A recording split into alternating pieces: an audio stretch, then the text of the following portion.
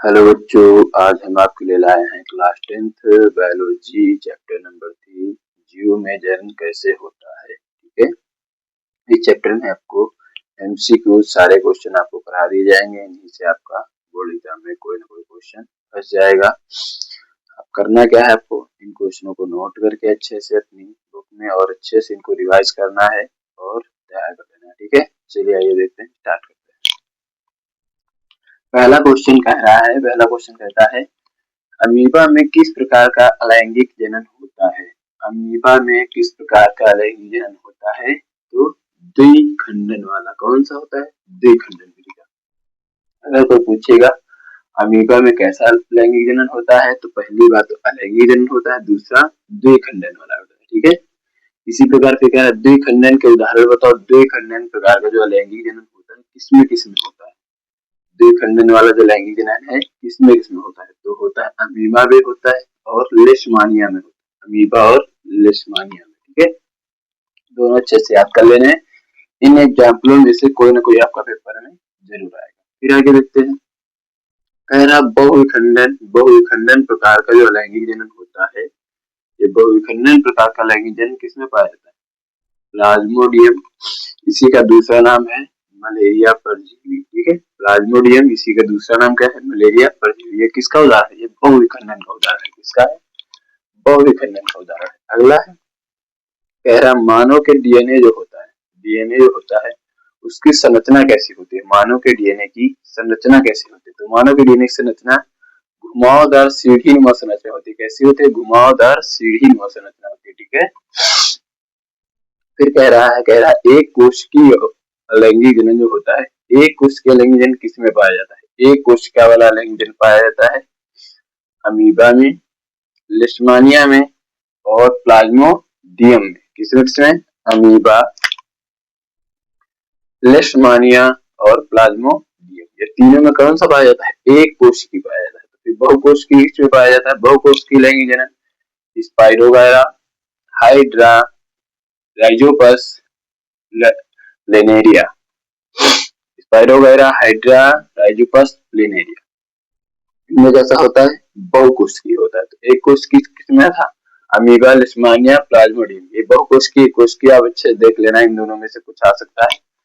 फिर आगे कह रहा खंडन प्रकार की जो विधि होती है लैंगिक जनन में, उसमें कौन होता है? खंडन विधि का होता है स्पाइरोगायरा। खंडन विधि का उदाहरण कौन है? स्पाइरोगायरा। फिर कह रहा पुनरुद्भवन प्रकार का जो अलैंगिक जनन है वो किस में पाया जाता है? वो प्लेनेरिया में पाया जाता है। पुनरुद्भवन का जो अलैंगिक प्रकार है प्लेनेरिया। प्लेनेरिया मतलब एक पुनर्निर्माण हो जाता है। ठीक है, इसीलिए पुनरुद्भवन, प्लेनेरिया और हाइड्रा, ये दोनों पुनरुद्भवन के उदाहरण है। इसके बाद कह रहा है मुकुलन। मुकुलन किस प्रकार का लैंगिक जनन है? तो मुकुलन में जो पाया जाता है, मुकुलन में पाया जाता है हाइड्रा और ईस्ट। ये एग्जाम्पल आपको अच्छे से याद रखने हैं, इन्हीं में से कोई पेपर में जरूर आएगा। ठीक है, थोड़ा सा बार लिखेंगे तो याद हो जाएगा। फिर कह रहा है बीजाणु जनन प्रकार का लैंगिक जनन किसमें पाया जाता है? बीजाणु जनन पाया जाता है राइजोपस में। किसमें पाया जाता है? राइजोपस में। ठीक है, फिर कह रहा है प्राकृतिक का एक पौधन है उसके उदाहरण बताओ। प्राकृतिक मतलब जो पृथ्वी पर अपने आप पाए गए, उनको बनाया नहीं गया। ठीक है, जैसे जड़, तना, पत्ती, इनको अपने हम लोगों ने नहीं बनाया, ये प्रकृति में पाए गए हैं। ठीक है, लेकिन कह रहा कृत्रिम बताओ। तो कृत्रिम वो होते हैं जिनको हम लोग बनाए। तो कृत्रिम के लिए देखो, गन्ने को काट के लगा दिया जाता है, गुलाब की टहनी को काट के लगा दिया जाता है, अंगूर के पेड़ों को लगाया जाता है। तो ये जो हम लोग तैयार करते हैं उन्हें कहते हैं कृत्रिम, जो प्रकृति में पाए गए उन्हें कहते हैं प्राकृतिक। तो प्राकृतिक थी जड़, तना, पत्ती, कृत्रिम है गन्ना, गुलाब और अंगूर। ठीक, इन एग्जाम्पलों को आपको अच्छे से याद करना है। इनमें से एक क्वेश्चन आपका एमसीक्यूज में जरूर आएगा। ठीक है, हो सकता है मिलान वाला आ जाए। ठीक है, तो आपको अच्छे से तैयार करना है, अपनी बुक नोट में बढ़िया से नोट डाउन करके रिवाइज करते रहना है। हेलो बच्चों, आज हम आपके लिए लाए हैं class 10th chapter number 3 biology जीव में जन्म कैसे होता है। एमसीक्यूज वाइज क्वेश्चन यानी बहुविकल्पी क्वेश्चन, इनको आपको बुक में अपने अच्छे से नोट डाउन करके तैयार कर लेना है और बार बार रिवाइज करेंगे तो आपका पेपर अच्छा होगा और इन्हीं में से पेपर में क्वेश्चन फंसेंगे। ओके, तो चलिए आइए स्टार्ट। पहला क्वेश्चन है, कह रहा है जड़ों द्वारा कायिक प्रवर्धन। जड़ों द्वारा कायिक प्रवर्धन किनमें पाया जाता है? ये एग्जांपल ही आपके लिए मोस्ट इम्पोर्टेंट होंगे। जड़ द्वारा पाया जाता है शतावर में, पुदीना में, शकरकंद में, ये कह रहा पत्ती द्वारा किसमें पाया जाता है, पत्ती द्वारा पाया जाता है घाव पत्ता, बायोफिल्म, बिगोनिया। फिर इसी प्रकार कह रहा है तने द्वारा किसमें पाया जाता है, तो तने द्वारा आलू, अदरक, जलकुंभी। ठीक है, ये तीनों एग्जाम्पल आपको अच्छे से तरीके से याद कर लेना है। कायिक प्रोथोनल इनमें से पेपर में आपका क्वेश्चन जरूर आएगा। ठीक है, इसमें ये आलू वाला कई बार पूछा गया है, जलकुंभी कई बार पूछी गई है, बायोफिल्म में घाव पत्ता और ये देखो शकरकंद बहुत पूछा गया है। ठीक है, ये कुछ एग्जाम्पल है जो आपके पेपर में बार बार आ रहे हैं। ठीक है, पूछा जाएगा तने से संबंधित बताइए कौन है, तो तने से आलू, अदरक, जलकुंभी।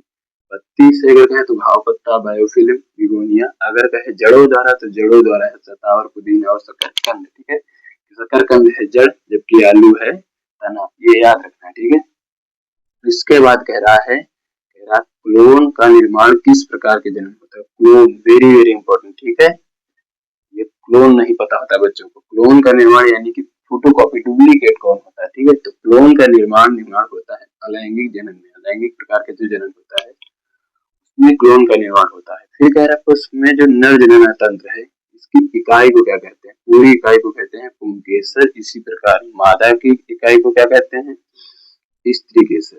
नर की इकाई को पुंकेसर, मादा की इकाई को स्त्री केसर। अगर स्त्री केसर के समूह को कह दे, ठीक है, तो कहे चलो समूह को अगली वीडियो में पूरी अलग से क्वेश्चन ही बना देंगे, कोई बात नहीं। अगर कह दे तो कहेंगे इसको पुंगंग, इसको कहेंगे जायांग। ठीक है, तो ये कह रहा है परागकण कहाँ पाए जाते हैं। परागकण ये क्वेश्चन बहुत बार पूछा गया है, इंपॉर्टेंट।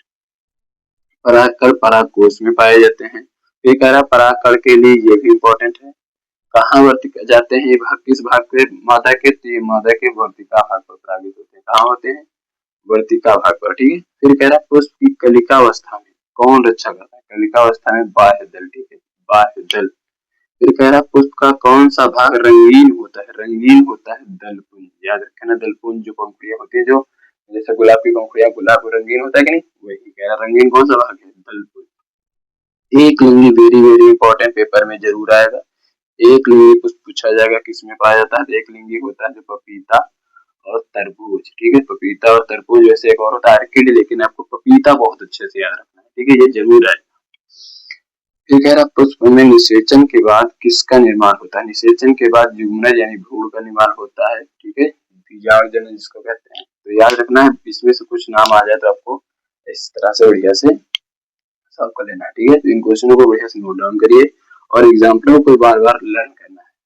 जब तक आपको ये याद नहीं होंगे, जब तक आप लिख के बढ़िया अच्छे से नहीं तैयार करेंगे। कोशिश कर रहे हैं इनको ऐसे लिख कर फिर हर एक लाइन बाई लाइन अच्छे से याद कर लेना है और याद करके अपने पेपर को खोल देना है। ठीक है।